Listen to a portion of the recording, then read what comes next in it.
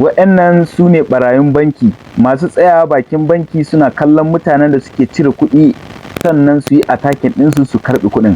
Kafin in saka muku wannan bidiyo don Allah kar ku manta ku sharing ɗin wannan bidiyo sannan ku yi liking ku comment. Bari in saka muku wannan bidiyo ku gani.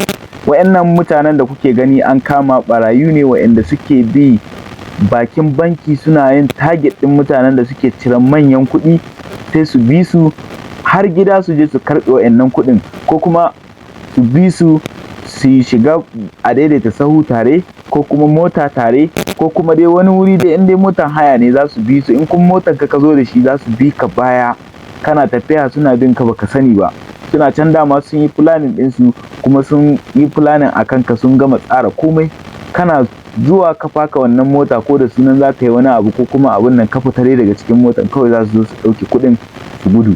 In kuma gidanka ne ka je direct za su yi target ɗinka za su zo lokacin da baka tsammani za su zo su karɓe ma kuɗinka har cikin gidanka kuma ka rasa waye ya ba su bayani. To suna nan dama already a bakin banki suna kallon mutanen da suke cire kuɗi a lokacin da ka cire kuɗi suna nan suna timing ɗinka su ga nawa ka cire a lokacin za su bi ka su karɓe ma kuɗi har gidanka. Wannan bala'i da me ya kama. Wannan shine ƙarshen wannan bidiyo. Da Allah kar ku manta ku danna mana alamar subscribing sannan ku sharing ɗin wannan bidiyo. Sai mun haɗu a bidiyo na gaba.